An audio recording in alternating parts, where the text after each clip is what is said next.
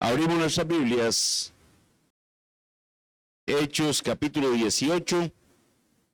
Vamos a estar leyendo hoy y estudiando desde el versículo 7 hasta el versículo 17. Hechos 18, del 7 al 17.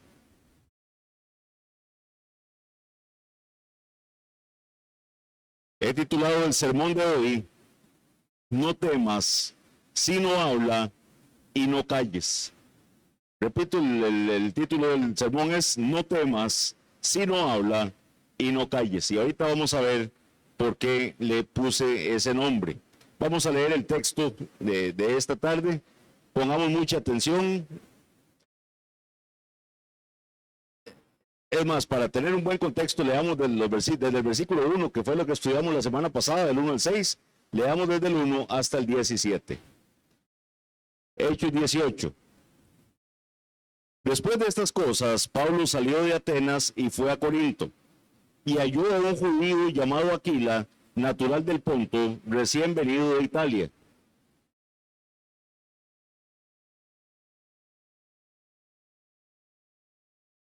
Ok, gracias. Gracias a los hermanos del audio que siempre están buscando cómo mejoramos, ¿verdad? Ahora tenemos un microfonito para grabar el audio independientemente si se va la luz o... Entonces, gracias a Dios por eso. Vamos a reanudar la lectura. Desde el versículo 1 dice, después de estas cosas, ¿de cuáles cosas? Recuerden que Pablo estaba en Atenas, ¿verdad? Antes, y después sale a Corinto. Dice, después de estas cosas, Pablo salió de Atenas y fue a Corinto, y halló a un judío llamado Aquila, natural del Ponto, recién venido de Italia, con Priscila su mujer, por cuanto Claudio había mandado que todos los judíos saliesen de Roma. Fue a ellos, y como era del mismo oficio, se quedó con ellos, y trabajaban juntos, pues el oficio de ellos era hacer tiendas. Y discutía en la sinagoga todos los días de reposo, y persuadía a judíos y a griegos. Y cuando Silas y Timoteo vinieron de Macedonia, Pablo estaba entregado por entero a la predicación de la palabra, testificando a los judíos que Jesús era el Cristo. Pero oponiéndose y blasfemando estos, les dijo, sacudiéndose los vestidos, vuestra sangre sea sobre vuestra propia cabeza, yo limpio. Desde ahora me iré a los gentiles. Y saliendo de allí, se fue a la casa de uno llamado Justo, temeroso de Dios, la cual estaba junto a la sinagoga.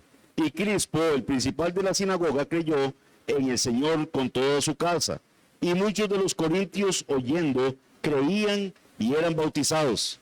Entonces el Señor dijo a Pablo en visión de noche, no temas, sino habla y no calles, porque yo estoy contigo, y ninguno pondrá sobre ti la mano para hacerte mal, porque yo tengo mucho pueblo en esta ciudad. Y se detuvo allí 1 año y 6 meses, enseñándoles la palabra de Dios. Pero siendo Galión procónsul de Acaya, los judíos se levantaron de común acuerdo contra Pablo y le llevaron al tribunal, diciendo, este persuade a los hombres a honrar a Dios contra la ley. Y al comenzar Pablo a hablar, Galión dijo a los judíos, si fuera algún agravio o algún crimen enorme, oh judíos, conforme a derecho yo os toleraría. Pero si son cuestiones de palabras y de nombres y de vuestra ley, vedlo vosotros, porque yo no quiero ser juez de estas cosas. Y los echó del tribunal. Entonces todos los griegos, apoderándose de Sóstenes, principal de la sinagoga, le golpeaban delante del tribunal, pero Galión nada le daba de ello. Esta es la palabra del Señor y este es el pasaje que vamos a estar estudiando esta tarde. Por favor, no pierdan el pasaje, vamos a estar constantemente recurriendo a él. Ya hemos visto, mis hermanos, ya hemos recorrido bastante del libro de los Hechos, y desde que empezamos ya a ver la aparición de Pablo en el libro de los Hechos, hemos visto cómo él predica el evangelio en una y otra ciudad, recorriendo lo que en este momento se conocía como el mundo, ¿verdad? Que es lo que estaba conquistado por Roma. Sus esfuerzos son aún más asombrosos si consideramos la persecución que sufrió en casi todas las ciudades que visitó. Pablo, ¿verdad?, predicaba el evangelio, llegaba, hablaba en una sinagoga, algunos oían, otros no, luego predicaba a los gentiles, se convertían también algunos, pero también surgían personas que empezaban a hacer revueltas para perseguirlo. De hecho, su perseverancia es tan notable que a veces nos puede tentar verlo como si fuera un superhéroe, ¿verdad? Como si fuera alguien totalmente indestructible.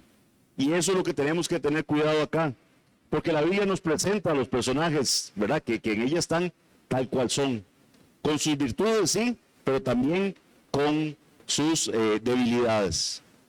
Y entonces podemos llegar a pensar que Pablo, nada de esto, ¿verdad? Le afectaba, que era una persona que era totalmente inmune a todo esto que estaba viviendo. Y vamos a ver precisamente en nuestro texto que Pablo era una persona también sujeta a debilidades, a limitaciones que inclusive pueden afectar a otros creyentes. Vamos a ver en este texto de hoy, hay detalles que no voy a poder entrar, mis hermanos, por falta de tiempo, pero vamos a ver principalmente cuál es el mensaje que está en este pasaje que hemos visto. Y vamos a ver que nadie, ni siquiera el apóstol Pablo, es inmune al desánimo. Nadie es inmune al desánimo. Muchas veces nosotros mismos hemos caído en desánimo. Todos tenemos limitaciones, todos nosotros tenemos momentos de debilidad, depresión, ¿verdad? Podría llamar a algunos. Y también tenemos nuestras épocas de lucha. Por eso creo que todos necesitamos escuchar las palabras de aliento que Dios le da a Pablo en este pasaje. Si ustedes pusieron atención a la lectura, vamos a ir descubriendo más, porque sé que la primera lectura no siempre queda claro, pero vamos a ir descubriendo que aquí Dios está dándole ánimo a Pablo. Dios está animando a Pablo. De cierto modo, el desánimo de Pablo en Corinto podría parecer al principio algo extraño. ¿Por qué? Porque las cosas no están saliendo tan mal como en otras ocasiones le habían salido, digámoslo así. Entonces, a primera vista, digamos, más bien parecía que iba bien, o sea, que pintaba bonito, ¿verdad? Uno ve en los versículos 1 al 3 que conoce a Aquila y a Priscila, ¿verdad? Conoce a Priscila y a Aquila, ya conoce a gente que son creyentes, que trabajan en lo mismo que él trabaja, se llevan bien, ¿verdad? Van a ser sus compañeros de evangelismo más adelante. También vemos que llegan Silas y Timoteo, recuperan a sus compañeros que traen una ofrenda de la iglesia de Macedonia. ¿Se acuerdan de eso? ¿Se acuerdan lo que predicamos la semana pasada? Entonces llegan Silas y Timoteo, tiene Aquila, Priscila. Pablo se ve obligado a dejarlos sí en Berea para huir, y ahora ya otra vez los vuelve a tener ahí en Corinto. Sumado a eso, Silas y Timoteo se reúnen de nuevo con él y traen, como les digo, una cuantiosa ofrenda de parte de las iglesias en Macedonia. Esa ofrenda no se menciona explícitamente en el pasaje, pero como les dije la semana pasada, se va a ver en 2 Corintios 11:9. Vean esto qué importante. 2 Corintios 11:9 dice: y cuando estaba entre vosotros, o sea, entre los corintios, y tuve necesidad, a ninguno fui carga, pues lo que me faltaba lo suplieron los hermanos que vinieron de Macedonia. Entonces, ¿quiénes eran esos hermanos que vinieron de Macedonia? Timoteo y Silas, que vinieron con esa ofrenda de Macedonia. Todo esto no lo olviden, porque esto va a ser muy importante cuando usted vaya a leer Filipenses, cuando vaya a leer Corintios, cuando vaya a leer todo eso. Entonces van a entender que estos hermanos de la iglesia de Filipos le mandaron plata a Pablo para que se sostuviera y él pudiera dejar de hacer tiendas y estuviera predicando tiempo completo el evangelio. ¿Okay?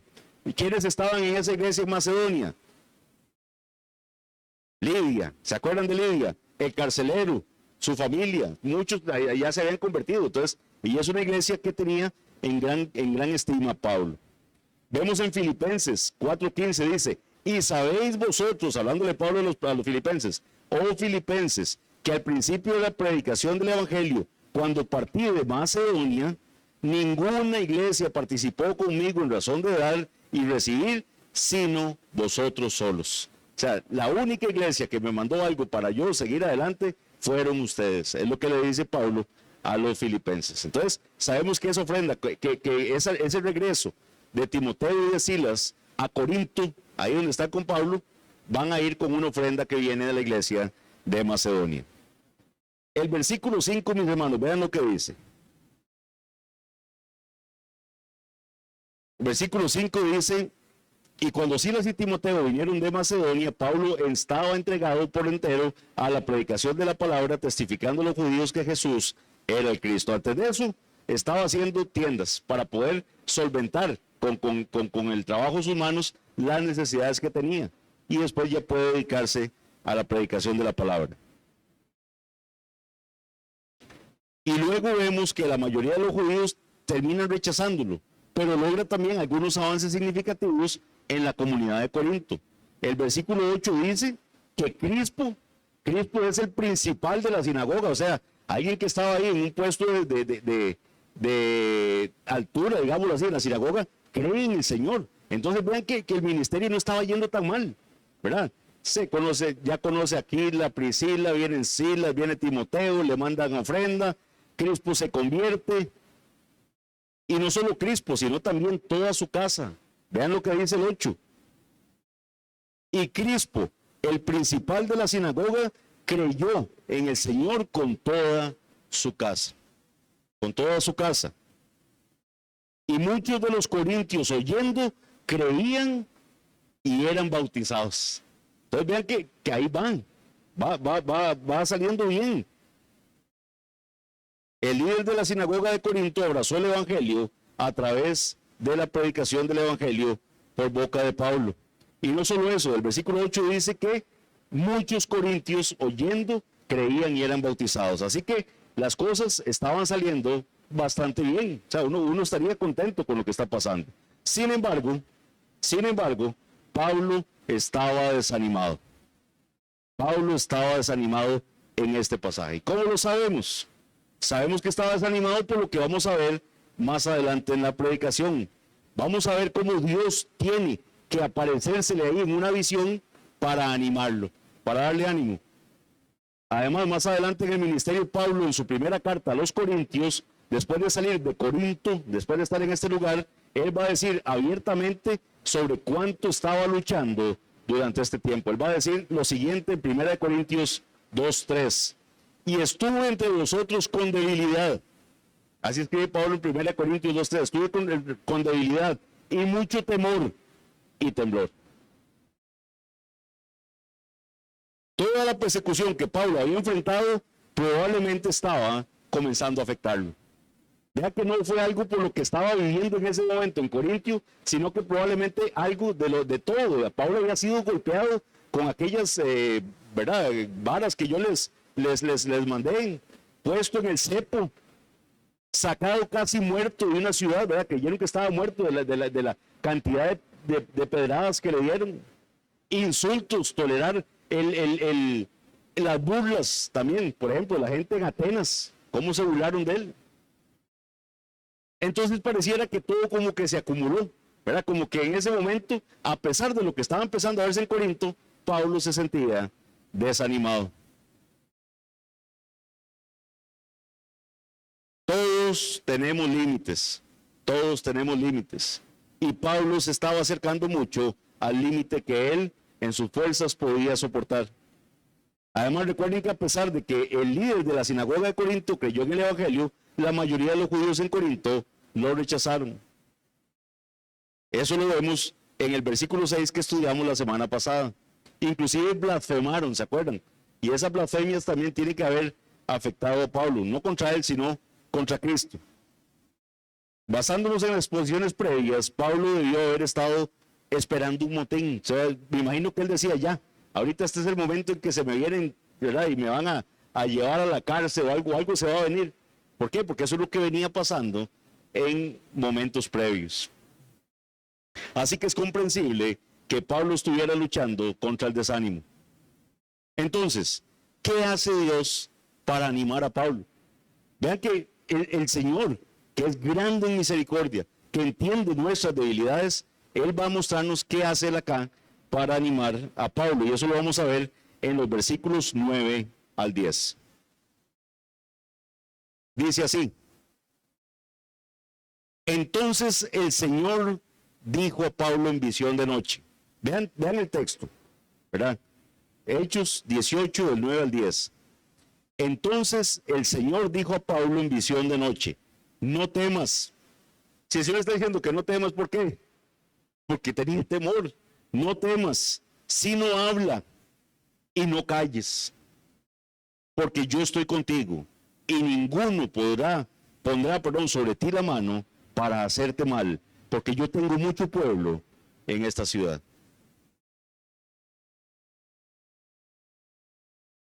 Ese tiempo en el que está el verbo que hace mención de que temas, no temas, ese de tener miedo, nos da a entender en la escritura original que Pablo en verdad estaba sufriendo de ese mal, que estaba sintiendo miedo.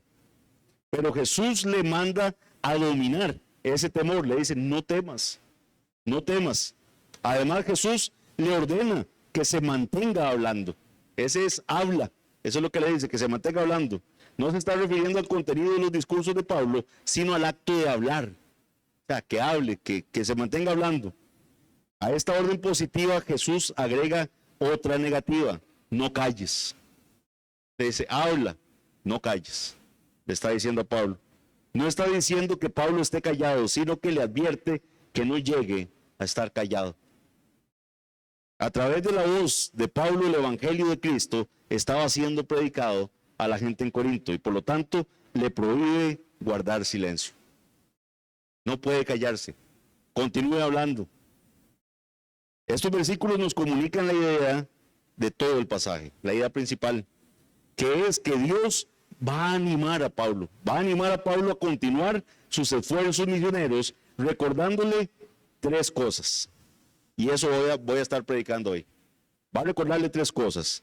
1, su presencia. 2, su promesa. Y 3, su propósito.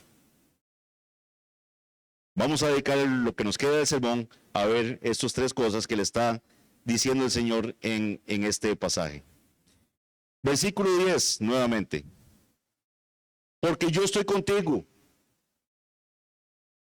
Y no pondrá sobre ti la mano, y ninguno, pondrá sobre ti la mano para hacerte mal, porque yo tengo mucho pueblo en esta ciudad. En otras palabras, viendo la primera, que es recordándole la presencia de Dios. Aunque seas débil, le está diciendo el Señor, aunque usted tenga miedo en este momento, yo estoy contigo. Aunque usted esté pasando este momento, que usted esté pasando, yo estoy contigo. Y esa es la verdad que el Señor quería recordarle a Pablo. Yo estoy contigo. Aunque estés luchando en este momento, yo estoy contigo. Si tus circunstancias se sienten como más de lo que puedes manejar en este momento con tus propias manos, yo estoy contigo. Y esa es la parte que también tenemos que ver para nosotros. Hay una aplicación inmediata también para nosotros acá como iglesia. Sean mis hermanos, estoy seguro que la gran mayoría que estamos acá hemos pasado por momentos de desánimo familiar, por desánimo ministerial, desánimo laboral. Pero tenemos que saber algo, sea cual sea la circunstancia, Dios está con nosotros. Dios está con nosotros. Y por supuesto, esto no se aplica solo a Pablo, mis hermanos, como se lo estoy diciendo, aplica para usted también. Dios está con nosotros. ¿Qué fue lo que debía animar más a los apóstoles cuando el Señor les da la gran comisión? Vean qué interesante, es algo que tal vez no lo meditamos lo suficiente, nos enfocamos en cuál es la comisión, qué es lo que tenemos que ir a hacer nosotros. Pero vean lo que dice Mateo 28, 18 al 20. El Señor le dice a los discípulos lo siguiente, leo desde el 18, y Jesús se acercó y les habló diciendo, toda potestad me es dada en el cielo y en la tierra. Por tanto, id y haced discípulos a todas las naciones, bautizándolos en el nombre del Padre y del Hijo y del Espíritu Santo, enseñándoles que guarden todas las cosas que os he mandado, y vean lo que el Señor les dice, para que estén tranquilos. Y he aquí, yo estoy con vosotros todos los días hasta el fin del mundo. Yo estoy con ustedes. Vayan, no va a ser fácil, va a haber obstáculos en el camino, va a haber persecuciones como le pasó a Pablo, pero vaya, prediquen el Evangelio, vaya, hagan discípulos, prediquen en todo el mundo, bautícenlos en el nombre del Padre, del Hijo y del Espíritu Santo, enséñenles que guarden todas las cosas que les he mandado, y aquí yo estoy con vosotros todos los días hasta el fin del mundo. Amén. Ciertamente Jesús ascendió al cielo poco después de esta declaración. Él asciende y está sentado a la diestra del Padre, esperando que el Padre Celestial ponga a sus enemigos por estrado de sus pies. Y Él va a venir como lo prometió. Pero ¿a quién mandó Él para que esté con nosotros todos los días? Al Espíritu Santo. Y como creyentes hemos sido sellados con el Espíritu Santo de la promesa. Y sabemos que el Consolador está con nosotros. Pero hay veces en el momento de la turbación, en el momento de la tensión, no nos acordamos que Dios está conmigo. De que Dios sabe que lo que estoy pasando, ¿verdad? Está fuera de mi alcance, de mis fuerzas, pero no de las de Él. A Dios nada lo toma por sorpresa. No es que esa situación que estoy pasando yo ahora, es que, mira, Dios seguro volvió a ver para allá y me pasó eso. Porque Dios me descuidó. No, Dios sabe lo que está pasando y es su propósito. Él está con nosotros. Esta es una de las cosas más importantes que debemos recordar al intentar vivir para Dios y cumplir fielmente la misión que Él nos está encomendando. Porque habrá días, mis hermanos, muy difíciles. Va a haber días difíciles. Aunque usted no lo crea, los creyentes podemos sentir miedo y podemos sentir ansiedad. Estamos viéndolo en Pablo. Mis hermanos, por eso les digo, el peligro que corremos es convertirlo en una persona que no tenía sentimientos o que no pasaba momentos de flaqueza. Vea que él mismo se lo reconoció a los corintios, que él había llegado ahí temeroso. No sabemos por qué, vean, como se los dije, si nos ponemos a hacer un recuento eran más las cosas positivas comparado con otras ciudades que lo que estaba pasando ahí en Corinto, pero ahí se desanimó, ahí le pasó, ahí necesitó que fuera el Señor el que le levantara el ánimo. Hay un caso, no lo traía aquí apuntado, pero hay un caso muy similar. Uno lo ve y uno dice, pero ¿qué pasó aquí? Qué raro. Y Elías, ¿verdad? Cuando está ahí luchando contra los profetas, falsos profetas de Baal, llega el Señor y le da la razón a Elías, ¿verdad? Consume el sacrificio, a pesar de que lo habían mojado a tal punto que la zanja que habían cavado alrededor se llenó de agua. O sea, estaba empapado de eso. Y los profetas, antes de que mojaran el sacrificio, dieron vueltas, gritaron, se rasgaron, hicieron un montón de cosas y nada. Inclusive Elías les decía, ¿será que está dormido, verdad? Baal, gritos más fuerte, ¿verdad? Tal vez no los escucha. Y hacía todo eso y no pasó. Viene Elías y le clama al Señor y el Señor responde y consume el sacrificio. Y después de que pasa eso, degüella a los profetas de Baal y todo. Y después, ¿qué pasa? Jezabel dice, sí, mató a uno de los profetas, le voy a poner precio a su cabeza. Y se desanima Elías y se va al desierto a caminar ahí y desanimado, al punto que el Señor tiene que mandarle aliento, ¿verdad? Le manda alimento, le sustenta y le habla después de que hay un terremoto y ahí verá todo un viento y todo, después en un silbo apacible, el Señor le habla y lo que le dice Elías es, ¿qué está haciendo acá? ¿Qué está haciendo aquí? Y Elías, ¿verdad? En una respuesta muy reformada, diría uno, llega y le dice, Señor, he sentido un vivo celo, ¿verdad? Por ti. He sentido, y entonces ya nadie queda allá que ame al Señor, ya nadie queda. Solo yo he quedado. Y el Señor, ¿qué le dice? Devuélvase, váyase. Yo me he reservado 7,000 que no han doblado su rodilla delante de Baal. O sea, es que la circunstancia nos puede abrumar y podemos estar viendo las cosas de una forma tan nublada que no nos permite ver la realidad de las cosas. Pero la realidad de las cosas es, primero que todo, Dios está con nosotros. Y eso es algo que el Señor se lo está diciendo a Pablo aquí. Es lo primero que él le dice en el versículo 10, porque yo estoy contigo. Yo estoy contigo. Usted no está solo.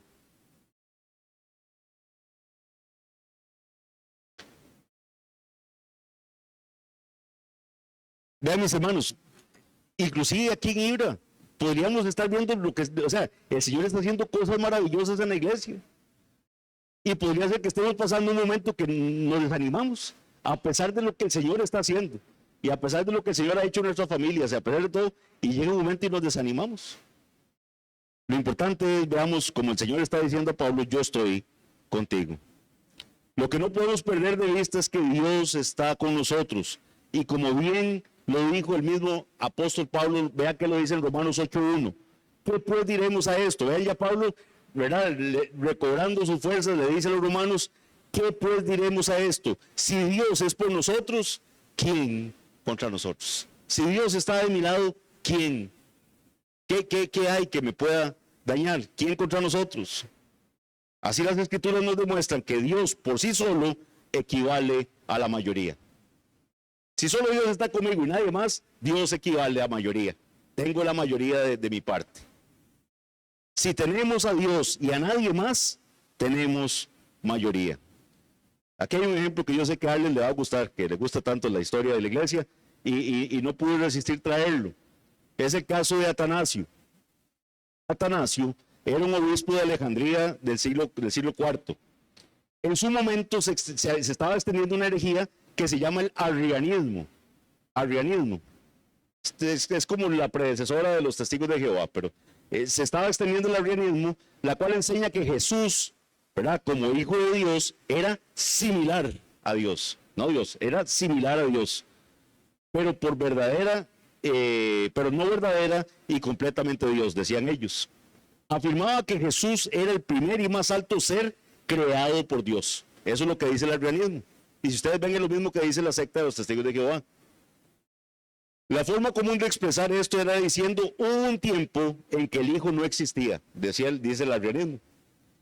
Esta enseñanza herética fue condenada formalmente en el Concilio de Nicea en el año 325 después de Cristo. Sin embargo, en este caso, debido a la interferencia política de varios emperadores romanos, el debate continuó. Siguieron debatiendo a si tenían razón los arrianos o no. El emperador Constantino, quien había convocado este concilio de Nicea, simpatizó con el arrianismo, como que le caló. Y muchos obispos de la iglesia continuaron manteniendo las creencias arrianas. Sin embargo, Atanasio, este obispo que les mencioné, reconoció que este era un tema absolutamente fundamental para el verdadero evangelio bíblico. O sea, usted no puede decir que Cristo es similar a Dios. No, Jesús es Dios. Cristo es Dios.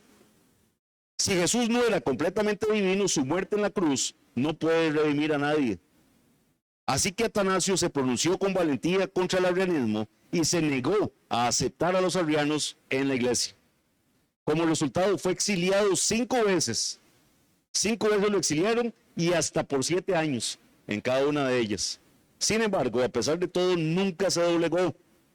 Aunque a veces parecía que la mayoría de los líderes políticos e incluso que la iglesia estaba en su contra, se mantuvo firme y comprometido con lo que él consideraba la enseñanza de las Escrituras sobre la deidad de Cristo. Por esta razón, llegó a ser conocido en latín un dicho que dice Atanasio contra mundum, que significa Atanasio contra el mundo. Atanasio contra el mundo. Estaba dispuesto a oponerse al mundo entero si era necesario en su defensa de la verdad del Evangelio. Y gracias infinitas a Dios, su postura prevaleció finalmente. Y esa es la valentía y la confianza que nosotros debemos tener. Puede ser que yo no tenga nadie de mi lado, pero Dios está conmigo. Y si tengo que ser yo contra el mundo, también no importa si Dios está conmigo, porque aún así tenemos mayoría. Entonces esa es la primera cosa que Dios le dice a Pablo para que él recobre ánimo. Porque vean que, ¿cómo sabemos que recobra ánimo? Perdón que eche el cassette para atrás. En el 9 le había dicho: no temas, sino habla y no calles. No temas, sino habla y no calles. Y lo que le está diciendo es, primero, para que usted pueda continuar, yo estoy contigo.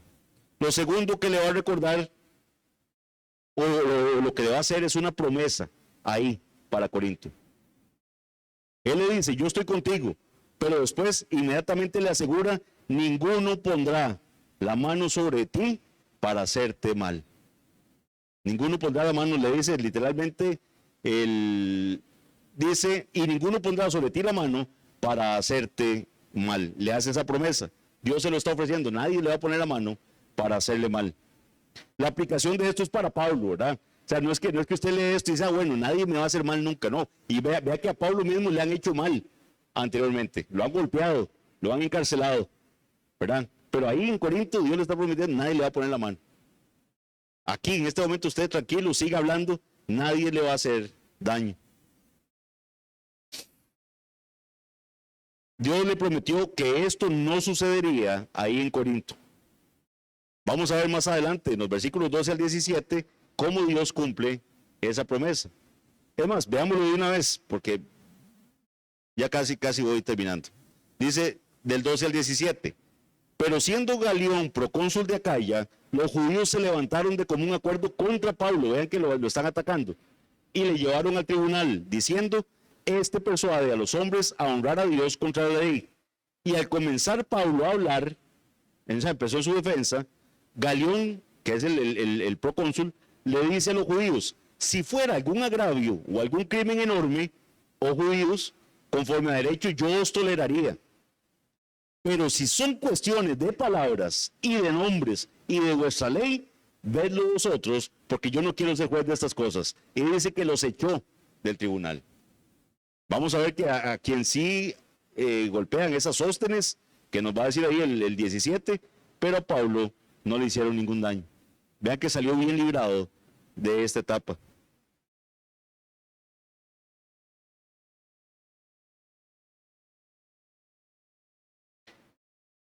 Aunque la aplicación inmediata de la promesa de Dios en el versículo 10 es para Pablo y es en Corinto, ¿verdad? Porque no hagamos esas aplicaciones, ¿verdad? Raras que hace la gente de que todo lo que pisare la planta de tus pies, ¿verdad? Entonces llegan y empiezan a caminar, ¿verdad? Alrededor de las cosas para que, no, o sea, esta es una promesa que le hace el Señor a Pablo en Corinto, que nada le iba a pasar. Pero eso tiene una aplicación amplia también para nosotros como iglesia. ¿Cómo podemos aplicar esta promesa también de que no habría daño? En un sentido muy real, los cristianos estamos protegidos del daño, y si no en esta vida, estamos protegidos del daño para la eternidad. Por eso Jesús les decía, miren, no tengan miedo del que mata el cuerpo. Estos días que estamos viviendo de sicariatos y de cosas, hay gente que sale con mucho temor a la calle. Yo digo, no tengan miedo del que mata el cuerpo. Pero no pueden hacerle daño al alma. Témanle al que puede dañar el cuerpo también y enviar el alma al infierno. Y ese es Dios. Tenga temor en Dios, ténganle temor a Dios. Eso es lo que él decía. Mientras el Padre se siente en el trono celestial gobernando y reinando sobre todas las cosas, y mientras Jesús sea nuestro intercesor y abogado a la diestra del Padre, y mientras el Espíritu Santo mora en nosotros para sostenernos en nuestra fe hasta el cielo, entonces estaremos eternamente seguros. El mayor daño que podría sobrevenirnos es que recibiéramos el juicio que merecen nuestros pecados. Ese sí sería un daño que... Sin embargo, la Biblia nos dice que Jesús tomó ese juicio sobre sí mismo cuando murió en la cruz del Calvario. Vean, mis hermanos, si meditáramos más seguido de todo lo que cayó sobre Cristo, del peso que cargó él en la cruz, de esa copa de la ira que él tuvo que soportar por amor a nosotros, yo creo que seríamos de verdad creyentes más fieles, creyentes que estaríamos más firmes, que tendríamos inclusive esa certeza que nada nos va a dañar, no en esta vida. En esta vida nos pueden pasar muchas cosas, nos podemos enfermar, nos podemos ser sujetos a un accidente. Yo no sé cuántos vieron noticias esta semana, vea, hubo algo espantoso, había una señora de 70 y resto de años ahí regando las flores del jardín, y una vagoneta da vueltas y entra y le vuela toda la casa, la enterró con todo, botó la casa, la señora quedó totalmente, esa señora nunca en su vida le pasó por su mente que eso podía pasar. Está en su casa regando las matas de su patio. Y eso pasó. La muerte nos puede sobrevenir repentinamente. No temamos a eso. Tenemos seguridad en Cristo. ¿Qué decía el mismo Pablo en Romanos 8, que es un pasaje tan lindo? Él decía, por lo cual estoy seguro, o sea, yo tengo plena certeza. Tal vez no la tenía en Corinto, pero el Señor se la da posteriormente, y entonces a los romanos les escribe, por lo cual estoy seguro de que ni la muerte, ni la vida, ni ángeles, ni principados, ni potestades, ni lo presente, ni lo porvenir, ni lo alto, ni lo profundo, ni ninguna otra cosa creada nos podrá separar del amor de Dios que es en Cristo Jesús, Señor nuestro. ¿Está usted con ese nivel de seguridad? De que nada lo puede separar del amor de Cristo. ¿Cuánta confianza debería darnos esto, mis hermanos? ¿Cuánta confianza? Vean que ya el Señor le va animando a Pablo con, yo estoy contigo, nada te va a pasar, le dice, no, nadie le va a hacer daño. Y el último elemento que le da el Señor a Pablo para que animarlo, vean lo que dice el versículo 10, porque yo estoy contigo y ninguno pondrá sobre ti la mano para hacerte mal, porque yo tengo mucho pueblo en esta ciudad. Yo tengo mucho pueblo en esta ciudad. Lo mismo que le dijo el Señor a Elías, devuélvase. Yo me he reservado 7,000 que no han doblado su rodilla delante de Baal. El Señor le recuerda a Pablo su propósito. El Señor le dice en la parte final del versículo 10, yo tengo mucho pueblo en esta ciudad. Dios tenía el propósito de salvar a muchas personas en Corinto. Y nada iba a frustrar ese propósito de salvar a esos que él tenía ahí. Cuando vimos Hechos 13, mis hermanos, nosotros hablamos un poquito de la soberanía de Dios en la salvación. Recordemos nada más lo que dijimos en Hechos 13:48. Hechos 13:48 dice, los gentiles oyendo esto se regocijaban y glorificaban la palabra del Señor y creyeron todos los que estaban ordenados para vida eterna. Creyeron todos los que estaban ordenados para vida eterna. Y se los dije en aquel momento. Me acuerdo que varios hermanos llegaron sorprendidos y dicen, mira, sí es cierto. Se los dije. Tengan mucho cuidado de no cambiar el orden del versículo.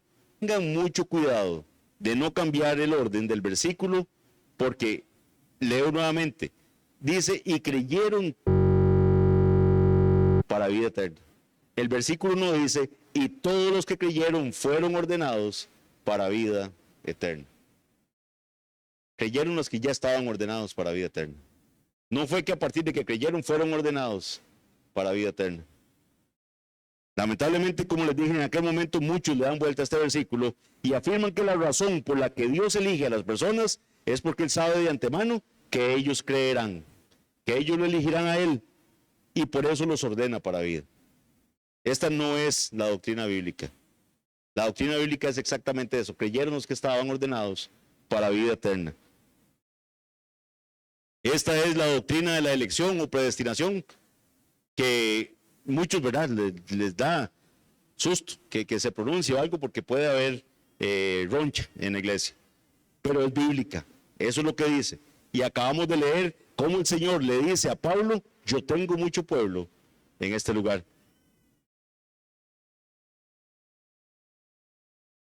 Esa manifestación de Dios se basa en su elección soberana, totalmente independiente de cualquier cosa que Él prevea que vaya a hacer el hombre.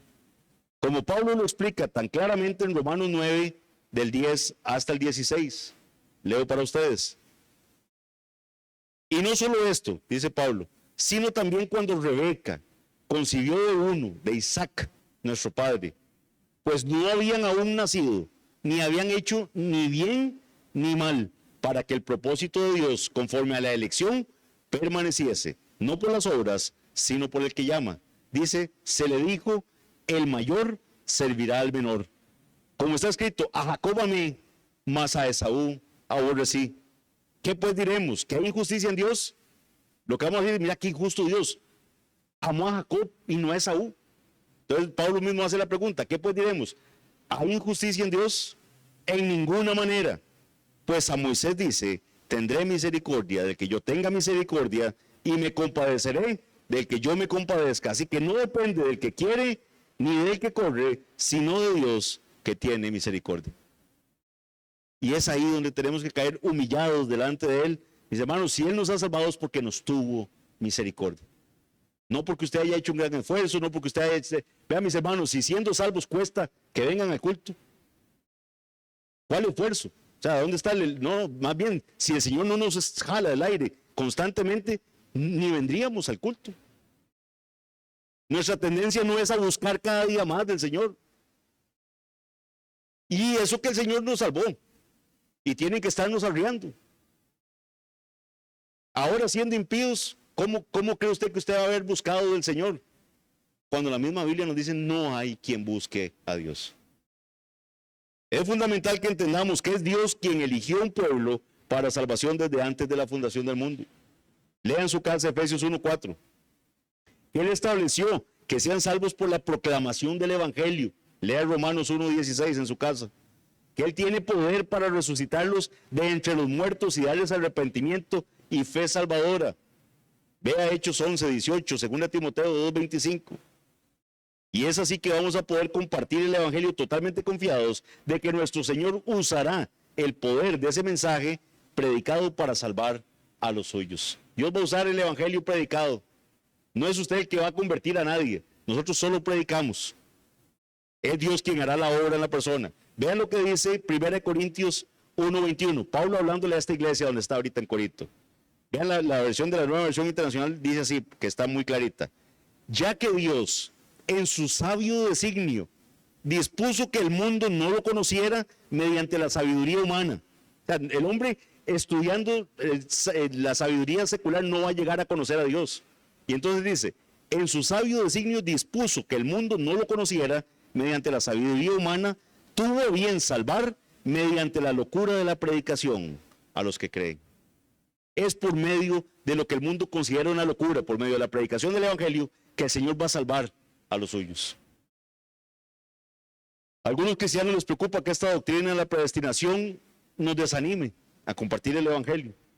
Porque mucha gente lamentablemente ha llegado a la falsa idea de que para qué compartir el Evangelio. Si ya el Señor escogió un pueblo, ese pueblo va a llegar a ser salvo sí o sí. Eso es lo que dicen algunos, entonces no comparten el Evangelio.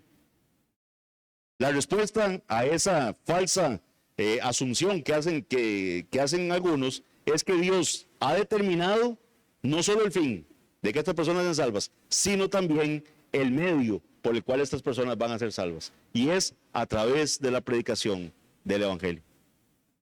El plan de Dios consiste en que los cristianos compartamos el Evangelio y esa es la única manera en que esta gente llegará a la fe. Una correcta comprensión de la predestinación o de la elección, digámoslo así, no solo no nos impide compartir el Evangelio, sino que en realidad nos anima a compartir el Evangelio. O sea, eso más bien nos debería dar ánimo para salir a evangelizar. No podemos perder de vista nuestro pasaje de estudio. ¿Qué está haciendo Dios con Pablo? Lo está animando. Yo estoy contigo. Nada te va a pasar aquí en Corinto. Y le suelta la doctrina de la predestinación. Entonces le da la doctrina de la elección y con eso quiere animarlo. Entonces debería ser un motivo de ánimo para el creyente. Ver que el Señor tiene los suyos, tiene su pueblo, el cual Él le dio a Cristo y que dijo Cristo, todo lo que el Padre me da, vendrá a mí. Y a que a mí viene, yo no le he hecho fuera. Ninguno puede venir a mí si el Padre que me envió no le trajere, y yo le resucitaré en el día postrero. Entonces, ¿qué doctrina usa el Señor para animar a Pablo? La doctrina de la predestinación. Le dice Pablo, yo tengo mucho pueblo en esta ciudad. Yo tengo mucho pueblo en esta ciudad. Igual anima a Elías con eso. Yo me reservé 7,000 que no han doblado su rodilla delante de Baal. Esto debería animar a todos los creyentes a compartir el Evangelio con mayor confianza. ¿Por qué? Porque hay un nivel de éxito, hay una posibilidad de éxito. En este mundo tan malvado que uno predica y uno dice, no, nadie va a creer. Pero uno sabe que el Señor ya se reservó su pueblo y que ese pueblo lo único que está es que esperando que llegue la iglesia del Señor a predicar el Evangelio para el Señor llamar a esa oveja que anda ahí descarriada. Hay un nivel de éxito garantizado. Aunque no sabemos exactamente a quiénes ha elegido Dios para la salvación, el simple hecho de que Dios haya elegido a algunas personas debería animarnos a compartir el Evangelio. Por eso tener una alta estima de la soberanía de Dios en la salvación debería llevarnos a compartir más y más el Evangelio, no menos. Y hacerlo con mayor confianza, mayor entusiasmo y con una mayor expectativa. ¿Qué podemos, mis hermanos, aparte de las aplicaciones que ya di en el contexto, qué otra aplicación podemos ver para nuestra iglesia? Si uno reflexiona en este pasaje, podemos decir que nos muestra que siempre va a existir la tentación de desvincularnos de nuestra misión de evangelizar. O sea, vean los llamados que se hacen domingo cada 15. ¿Cuántos se quedan? Vean, mis hermanos, pongámonos la manita en el corazón. ¿Cuántos se quedan a compartir el Evangelio en los alrededores? La vida de Pablo es una demostración especialmente ilustrativa de lo que cualquier cristiano que haya intentado vivir como un fiel testigo del Evangelio, ya sabe, que compartir el evangelio constantemente no es fácil. No es fácil. O sea, mis hermanos, la vida cristiana, correrla con paciencia, el venir domingo a domingo a escuchar los sermones, a estar compartiendo con los hermanos, esta no es una vida fácil. Requiere constancia. Requiere verdaderamente que usted esté poniendo su empeño en verdaderamente correr con paciencia la carrera que tiene por delante, puesto los ojos en Cristo. Porque su debilidad humana usted va a tender a ser llevado fuera de aquí. A no pasar mucho tiempo aquí. Vean, mis hermanos, tengamos mucho cuidado. Yo, vieran lo triste que me siento los domingos en la mañana cuando me despierto y lo primero que hago es cojo el teléfono así como esperando que no haya ningún mensaje. Porque ya yo sé que tengo algunos que empiezan, ¿verdad?, a decir, no voy a poder llegar por tal cosa, no puedo llegar por tal cosa. Vean, mis hermanos, yo sé, como dijo nuestro pastor Arles, hay motivos válidos por los cuales vamos a faltar al culto. Pero yo quisiera que cuando ustedes mandan un mensaje de esos haya dolor. No puedo llegar al culto hoy. No que haya una esperanza de que me pase algo de aquí a la noche, a la mañana, digamos como, ay, mira, sentí como un calambrillo raro aquí en la pierna, no puedo ir al culto. Tengamos mucho cuidado, examinemos nuestro corazón.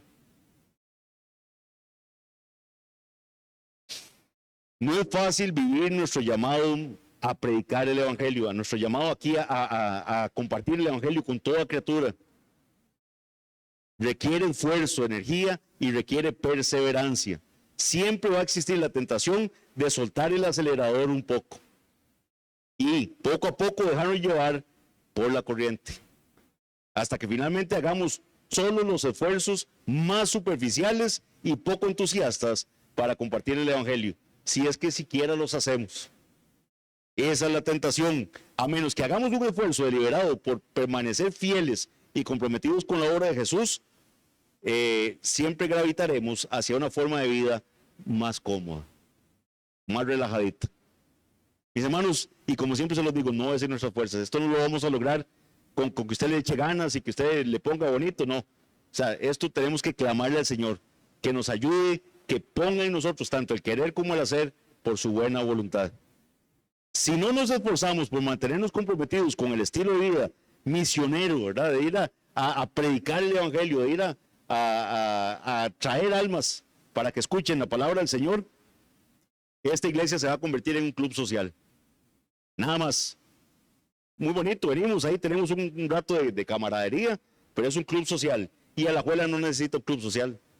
Alajuela necesita una iglesia que quiera compartir el evangelio, que esté animada. Jesús tiene el mismo mensaje para nosotros acá, en la Iglesia Bautista Reformada de Alajuela. No teman, yo estoy con ustedes. Yo estoy con ustedes. No les va a pasar nada. Probablemente físicamente sí, pero nuestro galardón no está aquí, está en los cielos. Y tercero, yo tengo mucho pueblo acá, en esta ciudad. Tengo mucho pueblo. Y a ese pueblo es el que tenemos que ir a llamar con el evangelio.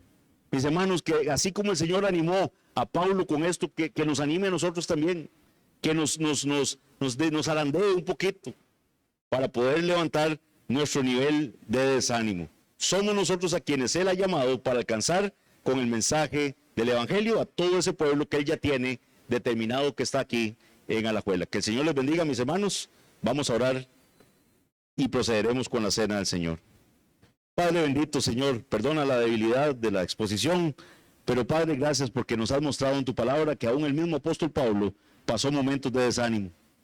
Señor, gracias porque la forma de animar tú es diferente a la de este mundo, no es elevando nuestras cualidades, no es, Señor, diciendo cuán indispensables somos nosotros para la obra, Señor, sino más bien poniéndonos, Señor, en perspectiva, como hiciste con Pablo, ordenándole hablar, no callar, que entendiera que tú estabas con él, Señor, que nada le iba a causar daño en esa ciudad físicamente, pero sabemos que espiritualmente ya estaba protegido desde antes. Y Señor, haciéndole ver que la obra es tuya, que tú tienes tu pueblo y que es tu iglesia, Señor, el vaso de barro, ese instrumento débil que tú has determinado que sea usado para la proclamación del evangelio. Ayúdanos, Señor, a entender eso que nos animemos, que como iglesia nos levantemos. Y Padre, te damos gracias por este pasaje. Gracias porque tú usas hombres débiles para que la gloria sea enteramente para ti. A ti las gracias en el nombre de Jesús. Amén.